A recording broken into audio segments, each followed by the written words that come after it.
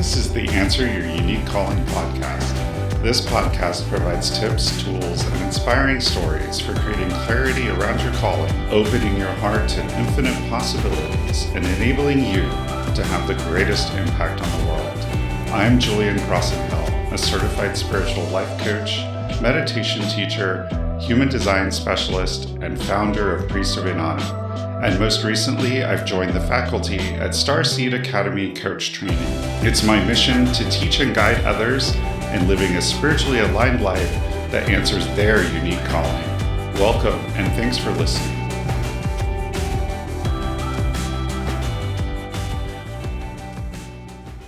Hi, welcome to the episode. So today I'm going to be talking about money. And I'm going to be talking about money because it's definitely a subject that a lot of people are struggling with. And they're struggling for a number of different reasons. I know that there's a lot about the law of attraction and attracting money and manifesting money. And I also hear from people that they're doing all of that and it doesn't seem to be working for them. It's just not really working.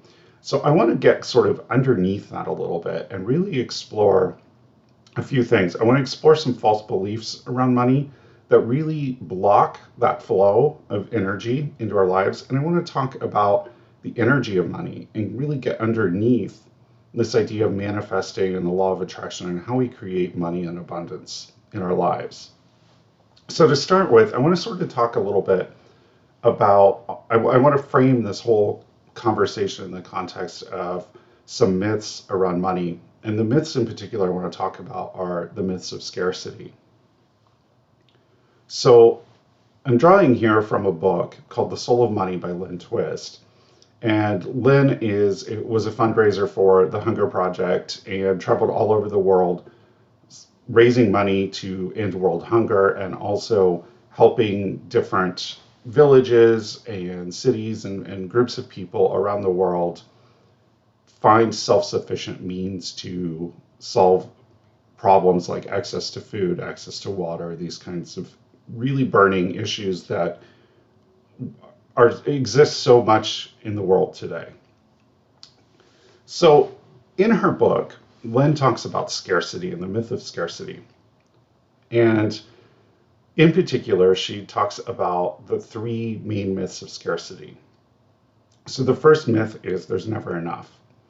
And the idea of that one is that, there's not enough in the world. If I have more, that means somebody else has to have less. And so I find that this is a belief that people really hold and that they don't even realize they hold this belief. This is very much a limiting belief. This idea that if there's all these rich people in the world, it means that I can't have anything, because they've taken it all, right? So, this myth is really an important belief that we need to overcome, this idea that there's not enough. The world is a very abundant place, and our planet is capable of feeding everyone on the planet. So the other myth, the second myth of scarcity, is that more is better. So this is kind of the idea that if there's never enough, it's better to collect a bunch, and that way you'll make sure that you always have enough because there's not enough to begin with. So you hoard up as much as you can get. More is better. So this is kind of the false belief that leads to a couple of things. It leads to hoarding, which, if you've ever watched Hoarders, you've seen just how it doesn't really make sense sometimes. But this false belief that there's never enough and that more is better is underneath that. And then you also see some of the billionaires that we have today that just continue to collect more and more money, more than they could ever spend or use in a lifetime. And this also is driven by this false belief that there's not enough and that more is better. And then the third myth of scarcity is that that's just the way it is. Okay, so let me really get into that one for a minute, because that one is a pet peeve of mine. There's nothing I hate more than hearing that's just the way it is or nothing can be done. And if you listen to my last episode, you know that I believe very strongly that each individual not only is capable of creating change, but responsible for creating change. Each of us has our unique calling, and when we step into that energy of our calling, when we claim our calling, we become a powerful change catalyst that accelerates change all around us and creates that change in the world. So that's just the way it is not something that I ever like to hear. And so I just want to burst that bubble right now. That is not the way it is. We can change it. All right, so let's start to talk about money more on an energetic level, because this is really, I think, where these false beliefs around scarcity are a big piece, but then beneath that, there's also a lot of the energetics of how money operates that I think causes people some problems. So first of all, let's just agree that money isn't real, okay? Money is an illusion. And what I mean by that is we invented money as a proxy for other objects of value, gold typically. But since then, we have departed from that. Money is no longer associated with any particular value or valuable thing. You can't take your dollar and go say, I want my dollar's worth of gold, because there's more money circulating than there is gold. And so money is more of an energetic proxy for our abundance, but it's just a proxy. It's not a measure. So more money doesn't mean you're more abundant, because abundance includes a lot more than money. Abundance includes having time to spend with your loved ones, being joyful, living a full, satisfying life. And we see often that the more money there is, the less abundant people are.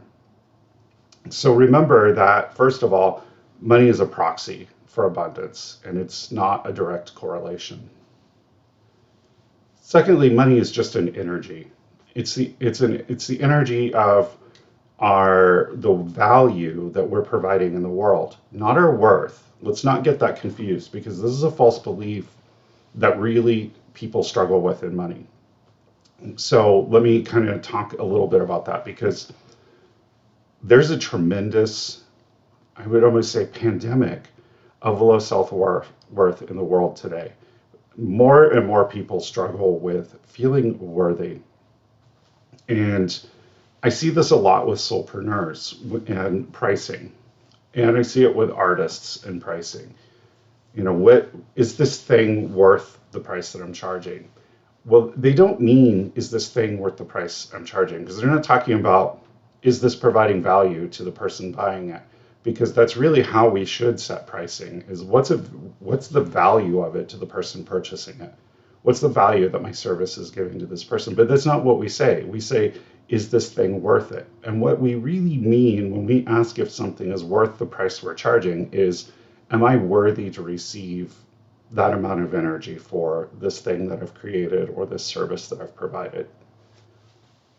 And so when we have these false beliefs around our own worthiness to receive, it creates blockages in our money. So it's very important that we sort of address some of these gaps in our self-worth if we want money to flow in our life. So getting back to money being energy. So money is energy, and it's a measure of this energy of value. And as energy, it flows. And so one of the things that we need to remember is that energy is flowing, the energy flows through us in all of our lives. And we direct the energy with our intention in the way we want it to go. So there's energy flowing through us, our life force energy, and we use it to translate it into inspiration, into works of art, into creativity, into work that we do, all of these things that we direct this energy towards with intention. So the interesting thing is, there's other energy that flows through us, and we freely direct it with our intention in different directions and keep it flowing. But when money flows into our life, we want to stop up that flow and keep it. We want to start to pile it up and save it and hold on to it, because we've bought into this scarcity mindset that more is better. And when we do that, when we stop that flow, we basically plug up the works. Now money and abundance are no longer flowing through us, we're not directing it, and so other people aren't receiving it either. So we're really co-creating this situation with money in the world. So let me tell you how it's supposed to work optimally. Money is an energy that flows through us, and sometimes it's a little and sometimes it's a lot. And when we remove a lot of these blockages and we practice directing it with more intention, then the flow starts to increase. So what that means is that as our money is flowing into our life, I often hear people say, well, I'd love to give more to different causes that I believe in, or, when I make more money, I'm going to give more. When I get rich, I'm going to donate. So we're always looking at this future point at which we're going to direct the flow of energy with intention, because that's what we're really talking about. When we are giving and we are blessing other people with our abundance, we're directing the flow of money in our life with intention. We're keeping the energy flowing. And so what we need to shift is that belief that we have to have more in order to do that. So optimally, what we need to be doing is that as this money energy is flowing through us, we need to be directing it with intention. We need to be blessing other people with it. We need to keep it moving. And we do that by donating to causes that we believe in, by being generous, by sharing our abundance. And I know there's kind of a common idea about tithing and that somehow we need to give 10%. And let me just burst that bubble right here. There's no fixed number that you need to give. What you need to do is direct the flow of money with intention. And if you have a lot of financial commitments or obligations that you need to meet, and you can only direct 1% of that flow today, then direct that 1%. The problem is when we don't direct zero, when it's zero, when we're not keeping that flow moving. So keep that flow moving, and you will find that the money continues to flow through your life, and that flow will begin to increase. So the other aspect of money that I want to talk about that's related to this idea is, I've already said money's illusion. It's a proxy for energy. So let's talk about time now, because this is another illusion we need to get into. And I just mentioned this scenario that we sometimes get into of I'll give when, at some point down in the future. So time is also an illusion. We think of time as being linear because that's the way that we perceive it. And so, but let's really think about time. Time really only exists in the now. And the past is already done. Now we can get stuck in the past. We can spend our time living in the past, rehashing old stuff. But we really can't do anything in the past. We can't go into the past and do something. And we spend a lot of time worrying about the future and thinking about the future. And we really can't do anything from the future. We can't jump ahead and take action. So the only time we can actually do anything to change the past or the future is in the current moment, in the present.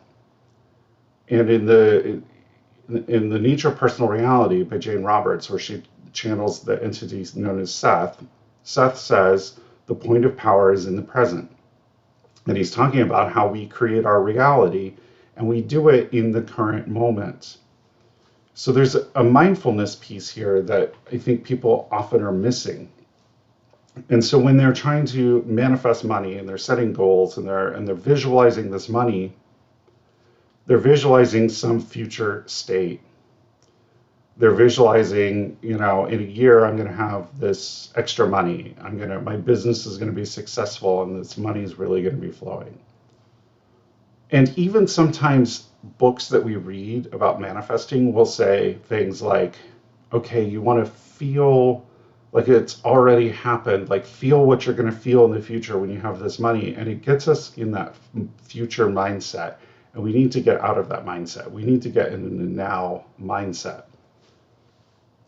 So start talking in the present tense. Start saying, I have this now, not I'm going to have this. I might have this.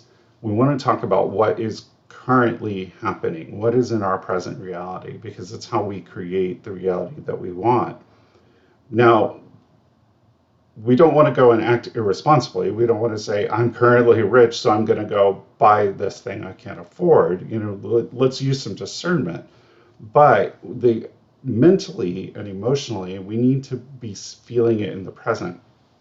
So there's an exercise that you can do where you write 100 things that you desire, and you write them in the present tense. And, this is kind of seeding the idea, seeding the manifestation of these things. I did this exercise a while ago, and there was an interesting thing that happened for me, and I think there's a lesson here in how it influences money, because I really do think that we're going about manifesting money in the wrong way. Most people read The Law of Attraction or The Secret, and they make a list of material things that they desire. I'm going to get this car, and it's going to be black, and it's going to be this kind, and it's going to have a sunroof, and they get very specific. And they make these vision boards with pictures, and it's all about the things. And we're not here to manifest things. That's not the reality that I believe that we're designed to create. So when I set my goals and did this exercise from a book, what I noticed is that my goals were more about how I was being than what I had. And I think that that's the secret here to really making this work in your life. If you want to have more flow, first of all, keep that flow directed with intention. And second of all, focus on how you're being and how you're fulfilling your mission. And you will see the abundance and the resources that you need to do that will flow more naturally. So for example, I wrote about my business, and I didn't write about all the money I was making or about how much people were paying me.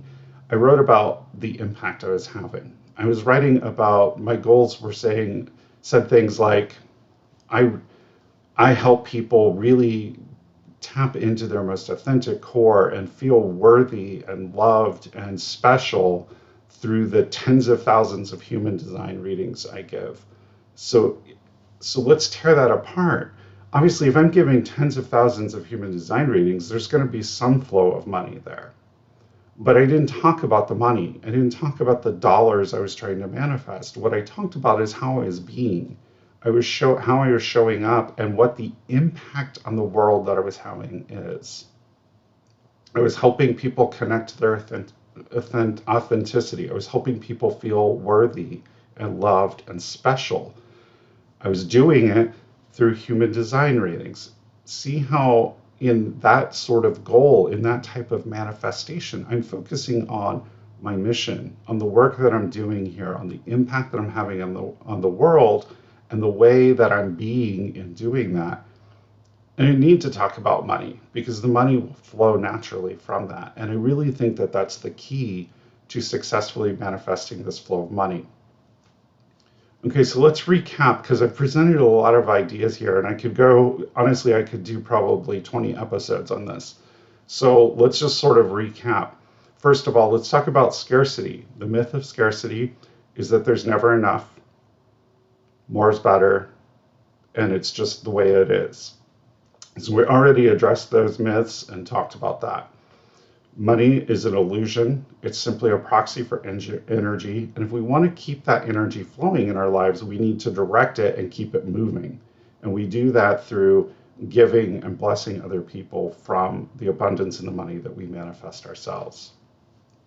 And then time is also an illusion. Rather than focusing on manifesting in the future or creating money in the future, we need to focus on the now. What are we manifesting? How are we being? How are we showing up right now? And then finally, when we're manifesting, when we're making these goals, Let's focus on the mission and the work and the change and the impact that we're having in the world and the things that we're doing to create that. And the money will naturally flow from that. We don't need to be picturing the perfect car, the perfect house, the perfect furniture. We just need to really focus our passion on what it is we're meant to do. Because when we engage and claim our calling, when we are lifting other people up and making them able to also claim their calling, when we're being a change catalyst, we're inspiring change and shift and expansion in the world, everything else will follow naturally. So let's focus on that and allow the money to naturally flow. And I found that that very much works in my personal work and in my personal life, much more than trying to manifest a specific dollar amount or a specific offering selling really well. I just don't focus on the money. I focus on the work that I'm doing and the importance of it. So try these out. Let me know how they work for you, and love to hear in socials. Reach me through my website. Let me know what you think and how things work out for you. Bright blessings.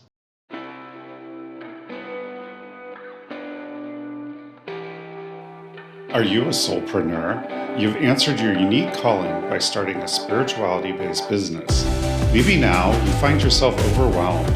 There's so much to do for your business and so many things you've never done before that you need to learn how to do. With an ever-growing to-do list, you may feel like you'll never get everything done. Decisions become complicated and you may feel like you need to work all the time. Even worse, our old friend imposter syndrome hooks his head up. You struggle with your pricing, and every business coach on the planet wants to sell you a marketing system. I've been there. It's why I've created my Soulpreneur Energetic Success Program. This coaching program helps you use your human design, storytelling, ritual, and transformational coaching to build your soulpreneur business. Discover how to make the best decisions for you, how to find the most aligned action to take, overcome imposter syndrome, confidently charge what your services are worth, and move forward with ease and grace. Visit my website, www.priestofananda.com, to schedule a free intro call.